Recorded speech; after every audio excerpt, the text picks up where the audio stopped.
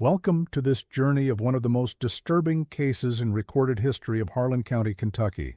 Before we begin, I invite you to leave a comment about where you're watching from and the exact time you heard this story.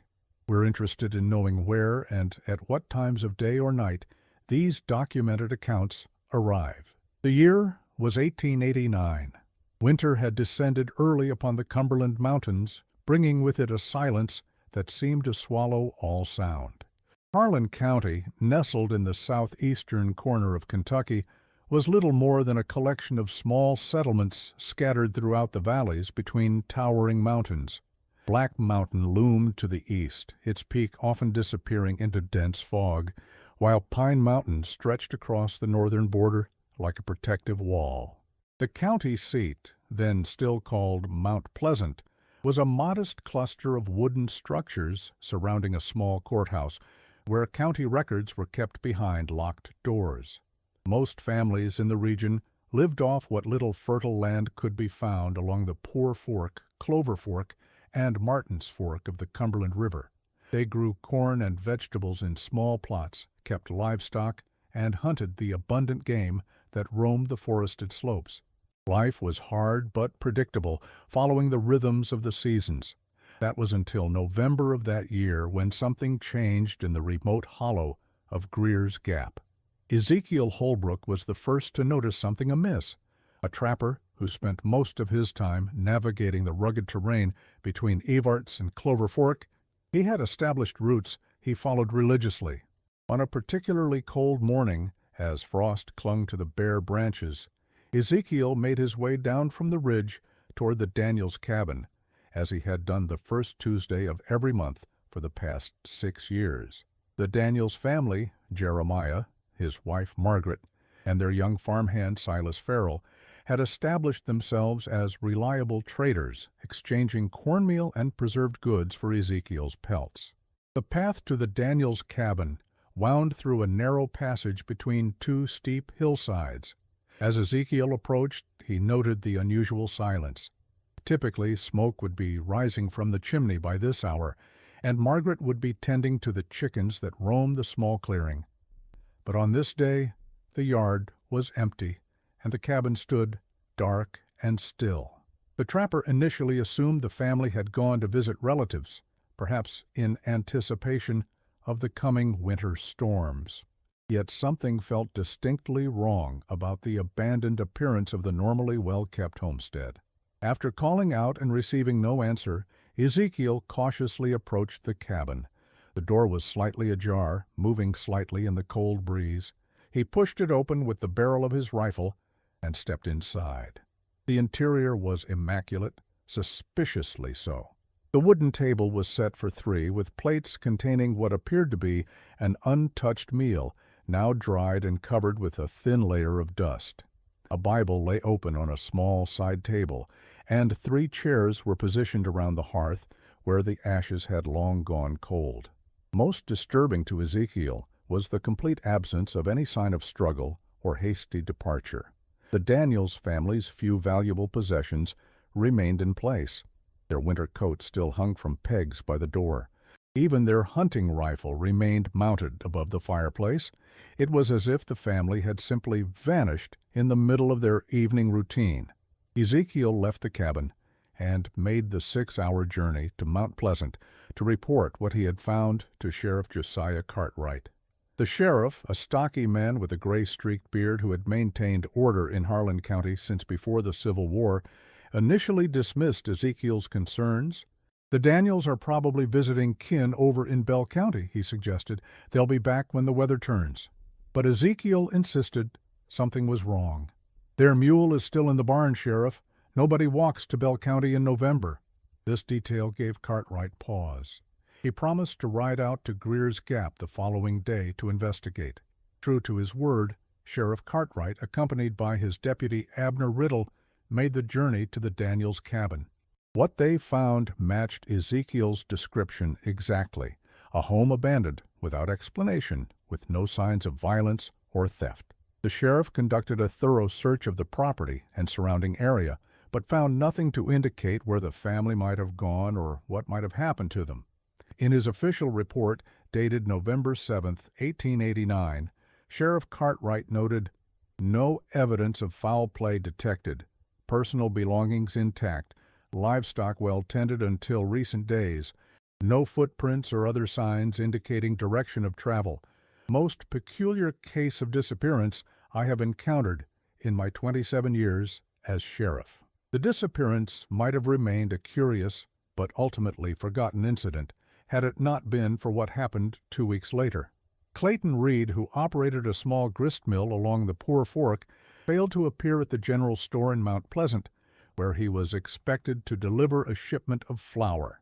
When Owen Gardner, the store's proprietor, sent his son to check on Reed, the boy returned with disturbing news. Like the Daniels family, Clayton Reed was nowhere to be found. His mill was in perfect working order, the water wheel still turning in the creek's current. Inside his cabin, a pot of stew sat uneaten on the table, and his prized pocket watch, a family heirloom he was known never to be without, lay on his bedside table. The county began to buzz with whispered theories. Some believed the disappearances were the work of bandits, perhaps deserters from the war, who had been hiding in the mountains for decades. Others suspected a more supernatural explanation, a curse or a vengeful spirit stalking the remote hollows. The more practical residents suggested that perhaps an outbreak of illness had driven the missing residents to seek medical help elsewhere, though no one could explain why they would leave without taking their possessions or livestock. Sheriff Cartwright, a man not given to superstition or panic, organized a systematic search of the eastern portion of the county. Teams of men combed the forests and valleys, explored caves, and questioned every household they encountered. No trace of the Daniels family or Clayton Reed was found, but the search parties did make another unsettling discovery. Deep in a forested ravine about 2 miles from the Reed Mill, searchers found an abandoned campsite. It appeared to have been occupied recently, but not by any local resident. The arrangement of stones around the fire pit followed no pattern familiar to the mountain people of Harlan. Strange markings had been carved into the surrounding trees, symbols that resembled no known letters or pictographs. Most disturbing was what appeared to be a crude altar fashioned from flat stones upon which lay the remains of several small animals, methodically dissected and arranged in a circular pattern. Abner Riddle, who had been raised by his grandmother, a woman known for her knowledge of folk traditions and remedies, believed the campsite was evidence of dark practices. In his personal journal, which was discovered decades later during a renovation of the Harlan County Courthouse, Riddle wrote, "I have seen many strange things in these mountains, but nothing that chilled my blood like those symbols." Grandma Riddle spoke of such things, of people who practiced old ways, darker ways, from across the ocean. She said they seek places where the veil is thin. By December, the sense of unease had spread throughout Harlan County. Families began locking their doors at night, an unusual practice in a community where trust and hospitality had always been fundamental values. People traveled in groups, even for short journeys, and many refused to venture out after sunset. The county's church saw increased attendance as residents sought spiritual protection against whatever malevolent force they believed was targeting their neighbors. Then came the incident at the Thornton Farm. Located in the western part of the county, near the present-day town of Loyal, the Thornton property was one of the larger homesteads in the area. Obadiah Thornton, a respected elder who had served as a county judge before the war, lived there with his daughter, Constance, and her husband, Vernon Webb. On the night of December 18, 1889, Vernon was awakened by the sound of the livestock in distress. Grabbing his shotgun, he went to investigate, telling Constance to wake her father. According to Constance's statement recorded by Sheriff Cartwright, she heard her husband call out once from the direction of the barn. When she and Obadiah reached the doorway of the house, they saw Vernon standing in the yard, facing away from them, completely motionless. Obadiah called to him, but Vernon did not respond or turn around. As Obadiah stepped forward, Constance noticed something unusual about her husband's silhouette in the moonlight. It seemed wrong somehow, though she could not articulate exactly what was different. Obadiah approached Vernon slowly, continuing to call his name. When he was within a few feet, Vernon suddenly turned. What Constance witnessed next caused her to faint on the spot. She later could only say that her husband's face was no longer his own, and that his eyes reflected nothing of this world. Obadiah, despite his age, managed to drag his unconscious daughter back into the house and barricade the door. They remained there until dawn, listening to what Constance described as inhuman movements around the perimeter of their home. When Sheriff Cartwright and a group of armed men arrived the following day, they found no sign of Vernon. The livestock had been slaughtered in their pens, not by any predator known to the region, but with surgical precision. Each animal had been opened from throat to belly, and certain organs appeared to have been removed.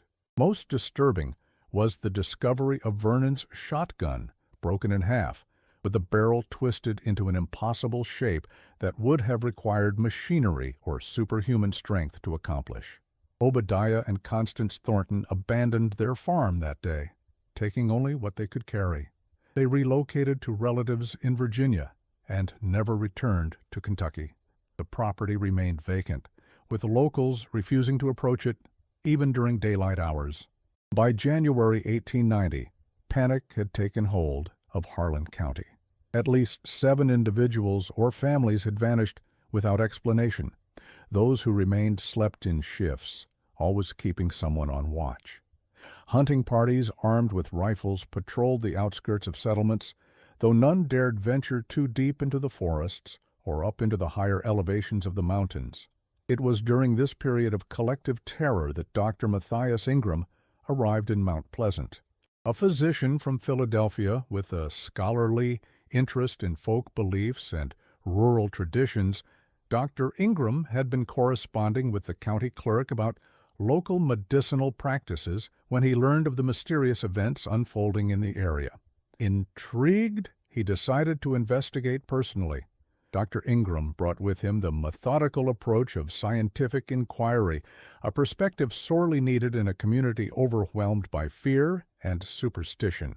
He established himself in a room above the general store and began conducting interviews with residents, mapping the locations of disappearances, and collecting any physical evidence he could find.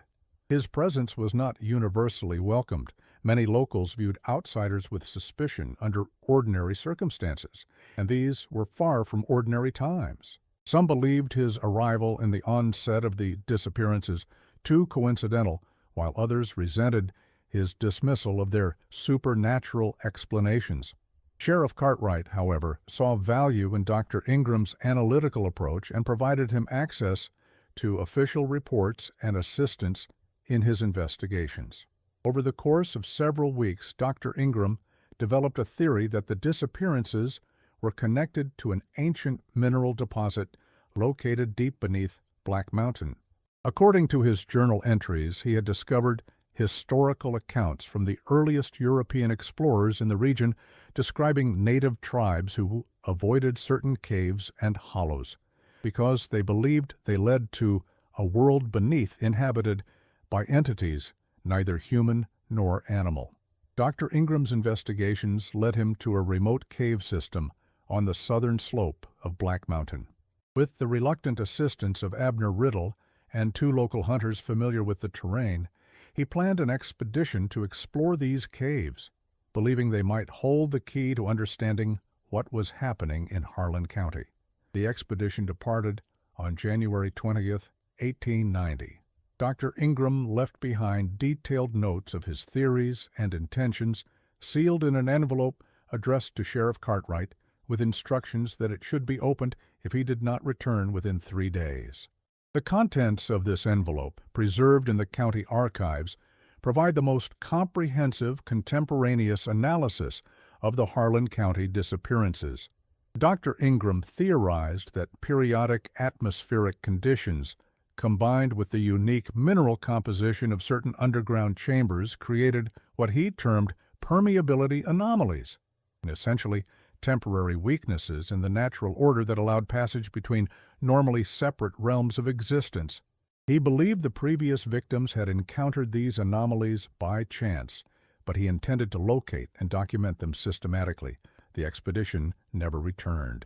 On the fourth day, Sheriff Cartwright organized a search party, but a severe winter storm delayed their efforts. When they finally reached the cave entrance a week later, they found evidence that Dr. Ingram's group had established a base camp and begun their exploration. Their supplies remained largely untouched, suggesting they had not intended to venture far on their initial foray into the cave system. Inside the main chamber of the cave, the search party discovered Dr. Ingram's journal, open to his last entry, dated January 21st. The writing became increasingly erratic and difficult to decipher toward the bottom of the page, ending mid-sentence with a long, jagged line trailing off the paper. Beside the journal lay Abner Riddle's revolver, all 6 chambers loaded, unfired. The most disturbing discovery, however, was made deeper in the cave. On a smooth section of wall illuminated by a shaft of light from a natural chimney in the cave ceiling, someone had carved a crude map. It depicted what appeared to be the layout of Harlan County, with its rivers and major geographical features, but superimposed over this familiar landscape was an alternative topography, tunnels, chambers, and passageways that existed nowhere in the known world. Various points on this map were marked with symbols similar to those found at the mysterious campsite months earlier. 7 of these marks corresponded precisely to the locations from which people had disappeared. Sheriff Cartwright ordered the cave entrance sealed with dynamite the following day.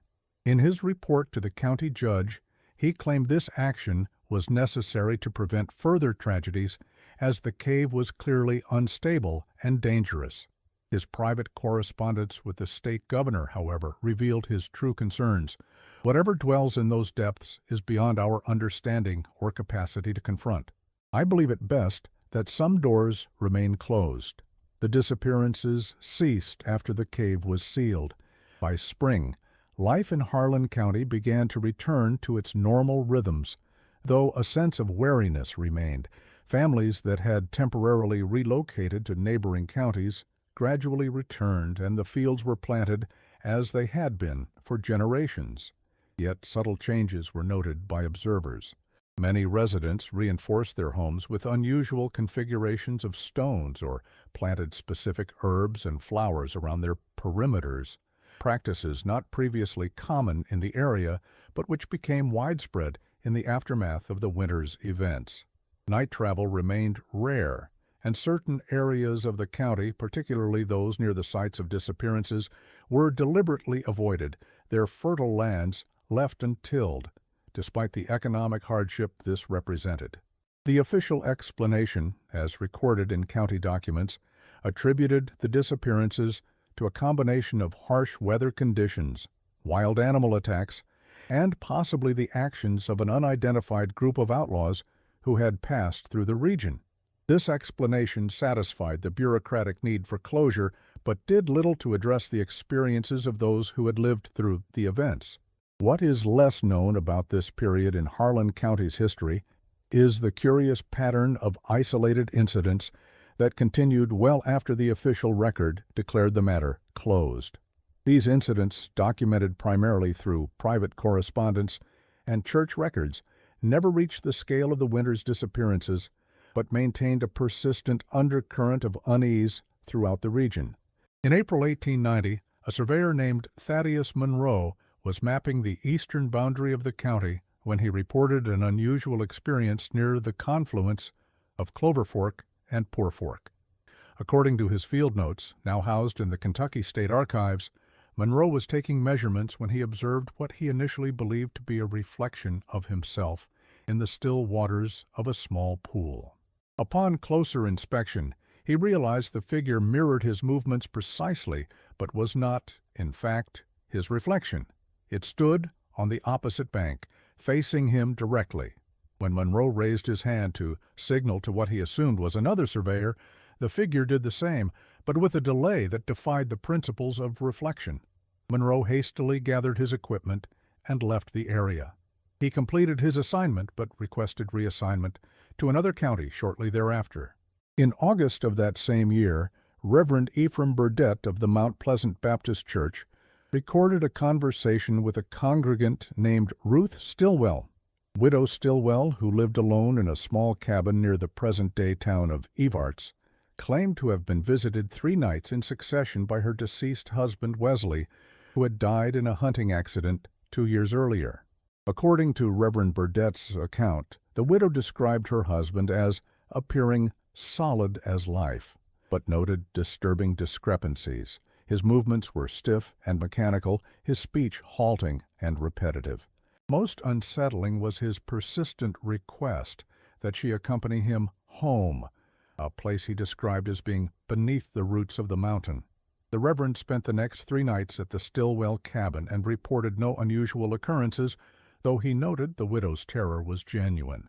She relocated to her sister's home in Bell County the following week. Throughout the autumn of 1890, residents along Martin's Fork reported unusual sounds emanating from the forested slopes above their homesteads. Rhythmic knockings that seemed to follow no natural pattern, distant voices speaking words that could almost, but not quite, be understood. Sheriff Cartwright investigated these reports but found no evidence of human activity in the areas in question. In his notes, he attributed the sounds to the settling of the mountains as winter approaches, and the tendency of isolated minds to assign meaning to natural phenomena. Perhaps the most significant unreported development occurred in December 1890, 1 year after the height of the disappearances. Jeremiah Sullivan, who operated the county's only funeral home, noted in his business ledger a marked increase in premature deaths attributed to wasting illness. Over a 3-month period, 7 individuals, none of whom had previously shown signs of serious illness, deteriorated rapidly, displaying similar symptoms: insomnia, followed by increasingly vivid hallucinations, and finally a catatonic state from which they never recovered. Sullivan, who had some medical training, found these cases sufficiently unusual that he preserved tissue samples and sent them to a medical college in Louisville for examination. The college's response, preserved among Sullivan's papers, expressed puzzlement at the sample's condition, noting that they exhibited signs of accelerated decomposition inconsistent with normal biological processes. These incidents never entered the official narrative of Harlan County's strange winter, yet they suggest that whatever had been awakened or attracted to the region had not been entirely contained by Sheriff Cartwright's efforts to seal the cave entrance.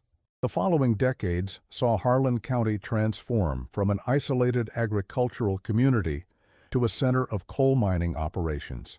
The first commercial mining operation began in 1911 with the arrival of the Louisville and Nashville Railroad, and by 1920, over 75 mines were operating throughout the county.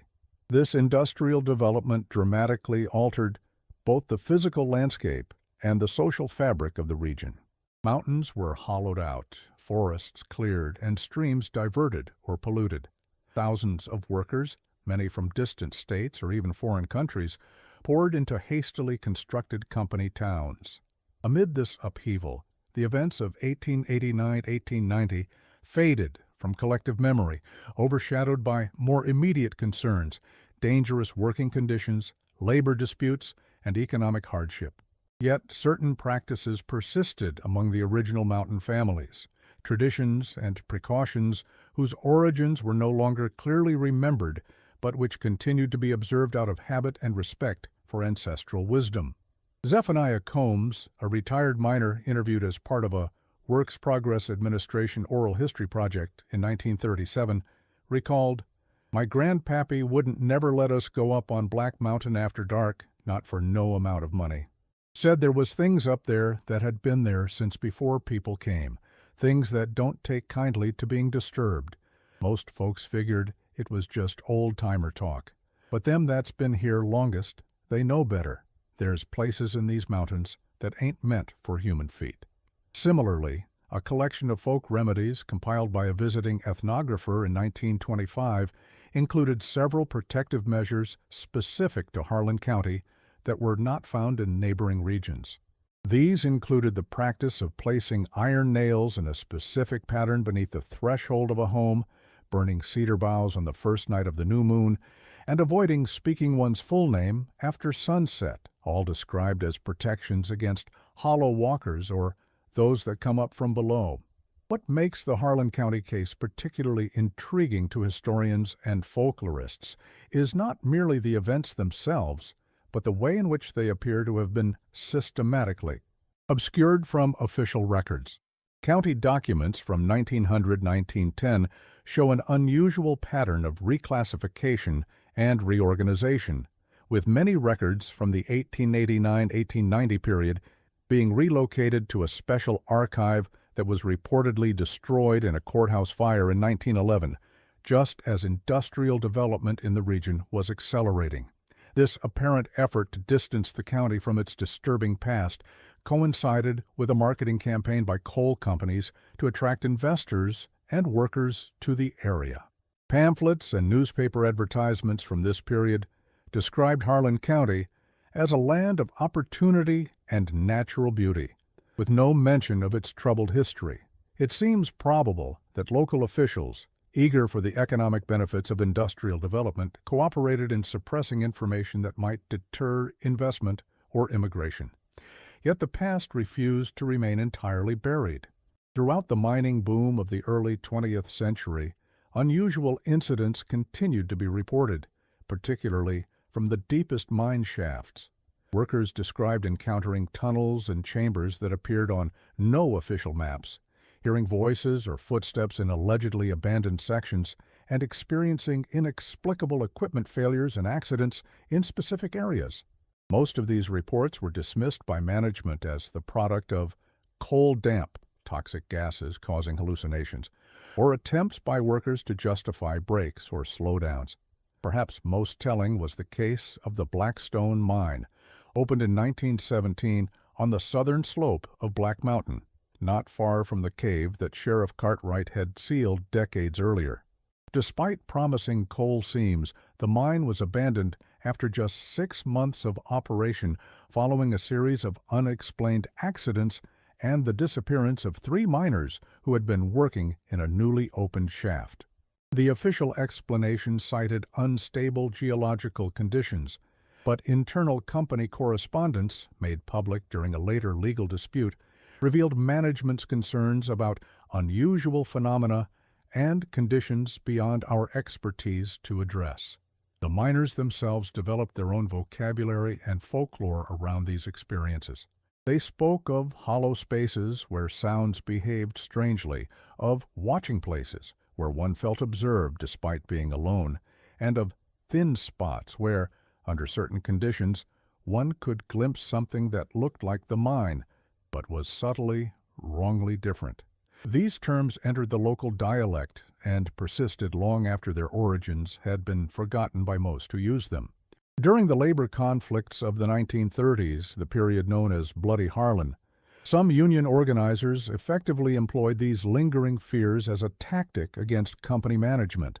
They spread rumors that striking miners had formed alliances with the old ones beneath the mountain, who would target mine bosses and strikebreakers. While most recognized these as tactical threats rather than literal claims, they resonated deeply with the local population precisely because they tapped into older, unresolved anxieties. The most significant modern connection to the events of 1889-1890 emerged in 1952 when a geological survey team conducting preliminary assessments for a new mine shaft on the northwestern face of Black Mountain made a startling discovery. At a depth of approximately 300 feet, they encountered a natural cavity containing what appeared to be human remains. This in itself was not unusual. Mining operations occasionally uncovered ancient burial sites or the victims of long-ago accidents. What distinguished this find was the condition and arrangement of the remains. According to the survey team's report, submitted to county authorities but never made public, the cavity contained the partial remains of at least 9 individuals arranged in a circular pattern around a central stone formation. The remains showed no signs of conventional burial practices. There were no coffins, shrouds, or personal effects typically associated with human interments. Most disturbing was the surveyor's observation that the bones appeared to have been reassembled in configurations inconsistent with normal human anatomy, suggesting deliberate posthumous manipulation. The county medical examiner, Dr. Harold Vance, was called to the site, but refused to include his findings in any official report, stating only that the remains were not suitable for conventional analysis. The cavity was sealed with concrete the following day, and the planned mine shaft was redirected to a different location. No further official mention of the discovery appears in county records. Dr. Vance's personal papers, donated to the University of Kentucky Medical School after his death in 1967, include detailed notes on the examination that he declined to make official. These notes describe bones that showed evidence of extensive modification through means I cannot identify, including unusual density, altered coloration, and microscopic patterns of scarring that suggest the action of unknown chemical or biological agents. Most notably, Dr. Vance observed that certain bones appeared to contain foreign material integrated into their structure, not merely adhered to the surface, but woven through the osseous tissue in a manner that defies medical explanation. The connection between this discovery and the events of 1889 and 1890 remained speculative until 1968, when the previously mentioned renovation of the Harlan County Courthouse revealed Sheriff Cartwright's sealed records. Among these was a detailed map showing the locations of all documented disappearances from that period. When this map was overlaid with modern geological surveys, a striking pattern emerged. The cavity discovered in 1952 lay directly beneath one of the sites marked on Cartwright's map, the former location of the Daniels cabin, where Ezekiel Holbrook had first noticed something amiss on that November morning nearly 80 years earlier.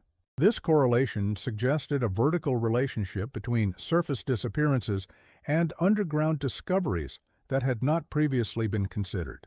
It raised the disturbing possibility that whatever had happened to the missing residents of Harlan County had not been a matter of horizontal displacement, being taken away to some distant location, but rather of vertical transit, of descent into the depths beneath their homes. Subsequent geological studies of the region, conducted primarily for mining and resource extraction purposes, have revealed an unusually complex network of caves, fissures, and natural conduits running throughout the mountains of Harlan County. Many of these features follow no recognized geological pattern and appear to have formed through processes that remain poorly understood. Some mining engineers have noted that certain sections of this subterranean network seem to shift over time, with passages appearing or disappearing between surveys, a phenomenon attributed to ongoing geological activity, but which has never been satisfactorily explained. In 1977, a spelunking expedition led by researchers from Eastern Kentucky University attempted to map a previously unexplored cave system near the former site of Dr. Ingram's ill-fated expedition. The team, equipped with modern safety gear and communication equipment, planned a 3-day exploration. On the second day, contact was lost with 2 team members who had ventured into a narrow passage. The remaining researchers immediately initiated search procedures, but were hampered by what their report described as anomalous electromagnetic interference that disrupted their radio equipment. The missing spelunkers, Gregory Palmer and Diana Martinez, emerged from the cave system 18 hours later, approximately 2 miles from where they had entered, a distance and direction that seemed physically impossible given the known layout of the passages. Both appeared disoriented and suffered from symptoms resembling decompression sickness, despite having remained at a consistent elevation throughout their time underground. Neither could account for the majority of their missing hours, recalling only periods of darkness interspersed with brief fragmentary impressions of spaces that folded in on themselves and lights that moved with purpose. Medical examination revealed unusual findings. Both explorers showed elevated levels of rare earth elements in their bloodstream, rapidly healing microfractures in their inner ear bones, and patterns of neurological activity that one consulting physician described as consistent with someone who has experienced severe temporal disorientation.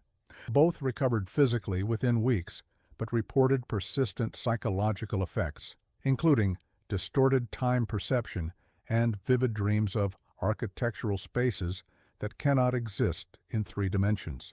The university terminated the expedition following this incident, and no further academic studies of the cave system have been authorized. The entrance used by the 1977 expedition was subsequently sealed by the Forestry Service, ostensibly for safety reasons. In the decades since, Harlan County has experienced the decline common to many Appalachian coal regions as mining operations have contracted or closed entirely. Population has steadily decreased, with young people particularly likely to seek opportunities elsewhere.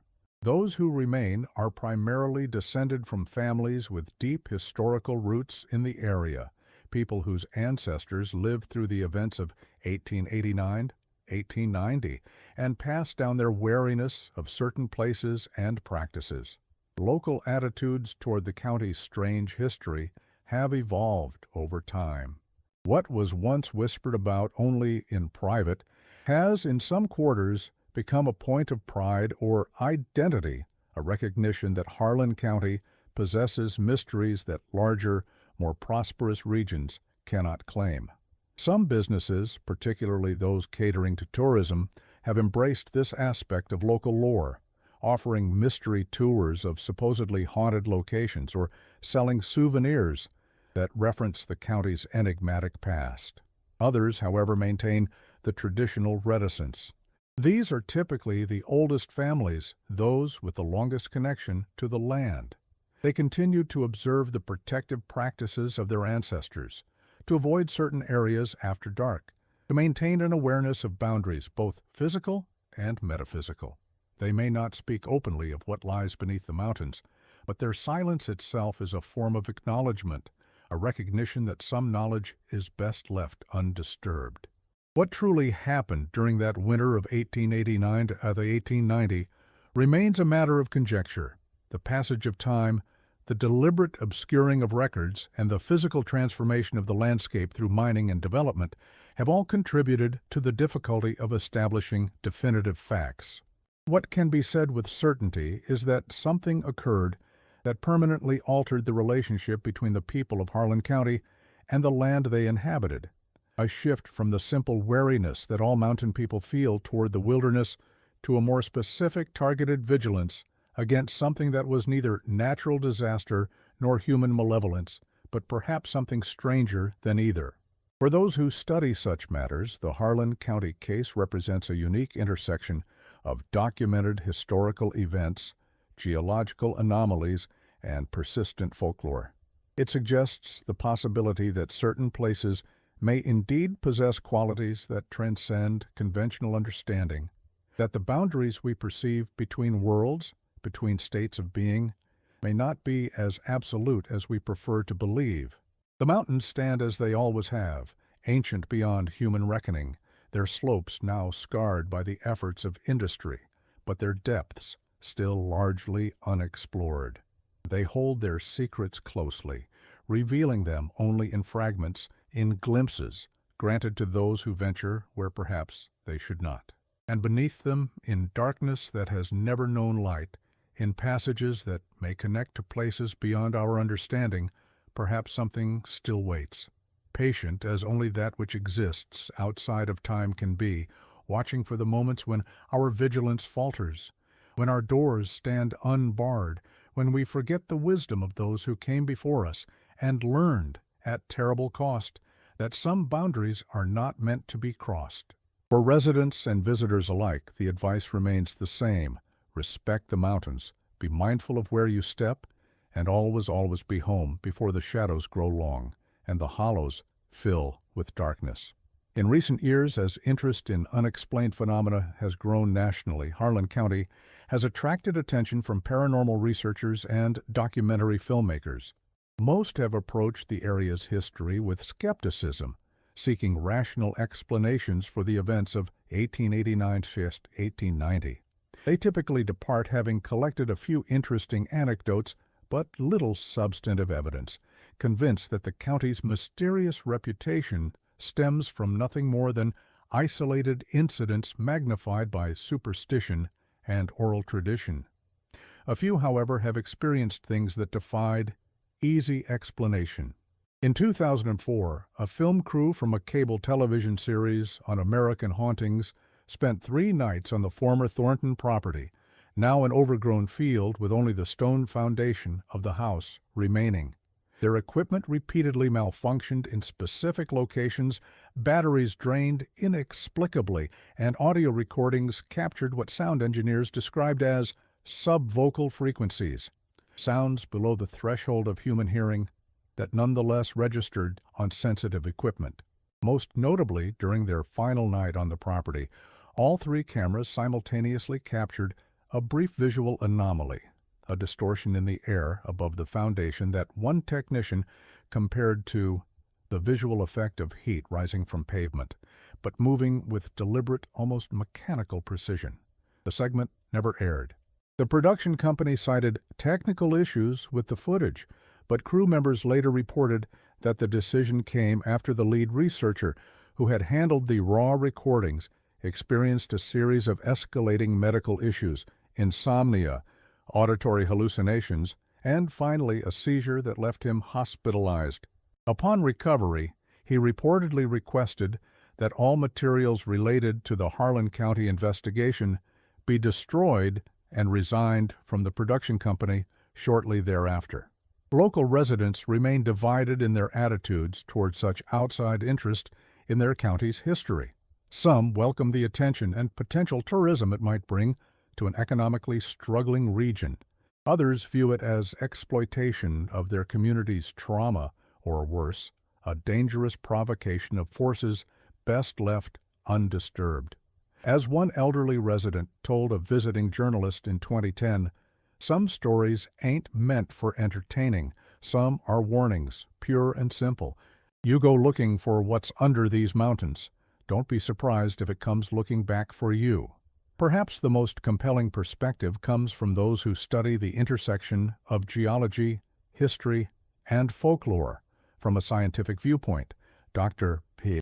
Eliza Montgomery, a geophysicist who has conducted non-invasive surveys of several Appalachian cave systems, offers a hypothesis that neither dismisses the experiences reported throughout Harlan County's history nor relies on supernatural explanations. In a 2015 paper published in the Journal of Speleological Studies, Dr. Montgomery proposed that the unique mineral composition of certain rock formations in the region, particularly those containing high concentrations of rare earth elements, may create localized electromagnetic fields that interact with human neurological systems in unusual ways. These interactions, she suggests, could potentially induce altered states of consciousness, hallucinations, or perceptual distortions that might account for at least some of the phenomena reported over the years. What makes the Harlan County case particularly fascinating, Dr. Montgomery wrote, is not just the reports themselves, but their consistency over time and across different populations. We see similar descriptions of experiences from individuals separated by decades with no knowledge of previous incidents. This pattern suggests something environmental rather than purely psychological or cultural, a persistent feature of the landscape itself that interacts with human perception in specific, repeatable ways.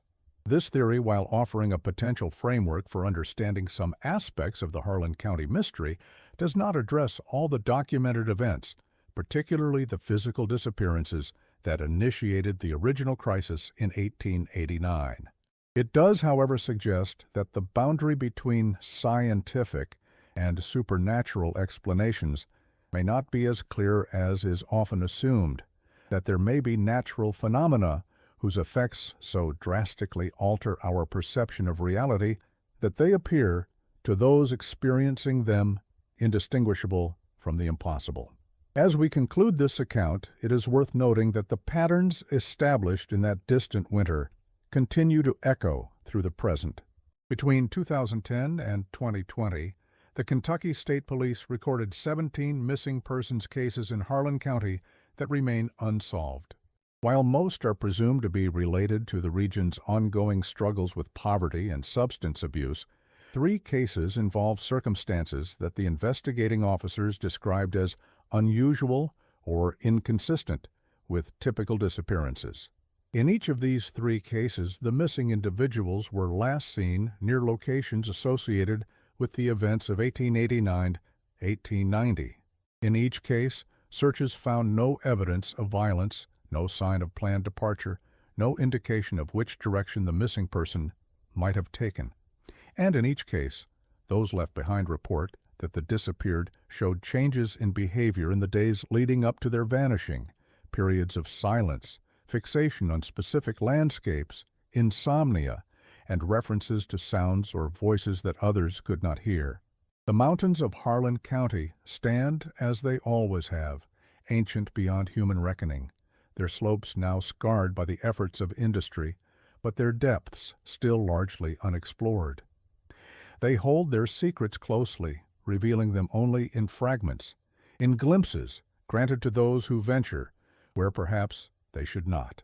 And beneath them, in darkness that has never known light, in passages that may connect to places beyond our understanding, perhaps something still waits, patient, as only that which exists outside of time can be, watching for the moments when our vigilance falters, when our doors stand unbarred, when we forget the wisdom of those who came before us and learned, at terrible cost, that some boundaries are not meant to be crossed.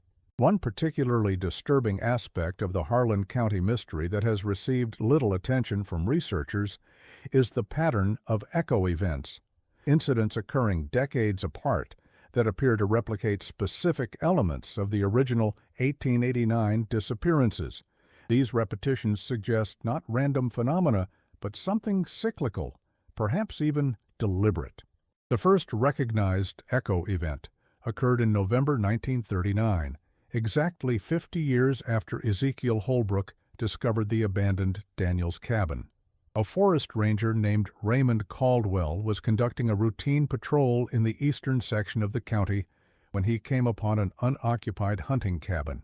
Inside, he found a scene eerily similar to what Holbrook had described: a table set for a meal that had never been eaten, personal belongings left behind, no signs of struggle or hasty departure. The cabin belonged to Harlan Mitchum, an experienced hunter who had lived in the county his entire life. Mitchum was never found despite an extensive search, and his disappearance was eventually attributed to a hunting accident, though no remains were ever recovered. The second echo event came in November 1989, marking the centennial of the original incidents. A family of 3, Luther and Elaine Davidson, and their teenage son Warren, vanished from their home near the Poor Fork. Their situation closely mirrored that of the Daniels family. The table was set for dinner, the wood stove still warm, their truck parked in the yard with the keys in the ignition. The official investigation concluded that the family had fallen victim to a home invasion, though no suspects were ever identified, and no evidence of violence was found at the scene. What makes these echo events particularly significant is not merely their timing, but the specific details they replicate, details that were not widely known outside a small circle of local historians and record keepers. Professor Mary Ann Hollis, a folklorist from the University of Kentucky who has studied these patterns, suggests that such repetitions might represent an attempt at communication, a deliberately constructed narrative meant to convey meaning through pattern rather than through direct statement. She compares it to certain forms of ritual storytelling found in traditional cultures where the same tale is enacted repeatedly with slight variations, each repetition adding layers of meaning accessible only to those who recognize the pattern. The arrangement of items on the tables, the positioning of chairs, even the types of food prepared, all mirrored the original disappearances in ways that suggest more than coincidence. If we view these events as a form of communication, Professor Hollis writes, then we must ask, who is speaking, and what are they trying to tell us? Are we witnessing attempts by whatever dwells beneath the mountains to establish contact? Or are these echoes created by human agents, perhaps descendants of those who first encountered whatever lies below, seeking to warn future generations through reenactment, rather than explicit message? This perspective suggests that the Harlan County mystery might be not merely a series of inexplicable events, but a form of discourse, a conversation conducted across decades between forces or entities that lack a common language but share a common landscape. The implications of such a view are profound, suggesting that what we perceive as supernatural phenomena might sometimes be attempts at cross-cultural or even cross-species communication. Recent archaeological findings lend some support to this interpretation. In 2018, a team from Marshall University conducting a survey of pre-colonial settlement patterns in eastern Kentucky discovered evidence of repeated human activity at several sites associated with the 1889 disappearances. Carbon dating of artifacts found at these locations indicated periods of occupation separated by approximately 50 years, going back at least 400 years before European settlement of the region. This suggests that the 50-year cycle observed in the modern era may have much deeper roots than previously suspected. Dr. Lawrence Pritchard, who led the archaeological team, noted, "What's striking about these sites is not just their periodic reuse, but the consistent pattern of abandonment. We find no evidence of gradual decline or natural disaster, just abrupt cessation of all activity, as if the inhabitants simply walked away, leaving everything behind. This pattern repeats itself across centuries, always with the same 50-year interval. Such findings raise the possibility that whatever affected Harlan County in 1889 was not a new phenomenon, but merely the first documented instance of something that had been occurring for centuries, perhaps millennia. This would explain why native tribes avoided certain areas of what would later become Harlan County, and why early European settlers reported an uncanny sense of being watched when they first entered these valleys. The 50-year cycle also aligns with certain astronomical phenomena, particularly the orbital period of specific celestial bodies within our solar system. Some researchers have suggested that these cosmic alignments might influence geological processes in ways not yet fully understood, perhaps altering the electromagnetic properties of mineral deposits or affecting the flow of groundwater through cave systems. Such changes could, theoretically, create the conditions for Dr. Montgomery's permeability anomalies to manifest. If this hypothesis is correct, then the next echo event would be expected in November 2039. Already, some residents report sensing a gradual intensification of the strange phenomena associated with the county's deeper hollows and higher slopes. Increased frequency of unexplained sounds, more frequent equipment malfunctions, a general sense of unease that seems to permeate certain locations. Whether these perceptions reflect actual changes in the environment or merely anticipatory anxiety remains to be determined. What is clear is that the story of Harlan County's strange winter continues to evolve, to accumulate new layers of meaning and interpretation with each passing decade. What began as a series of unexplained disappearances has become a complex tapestry of historical documentation, scientific inquiry, folklore, and lived experience, a narrative that resists simple categorization or resolution. For the residents of Harlan County, this ongoing mystery is not merely a curiosity, but a defining aspect of their relationship with the land they inhabit. It shapes decisions about where to build homes, which paths to travel after dark, what stories to tell children, what traditions to maintain. The mountains that surround them are not merely geographical features, but active presences, entities with agency and intention, capable of both nurturing and harm, demanding respect and caution in equal measure. In this, perhaps, lies the true significance of the Harlan County case.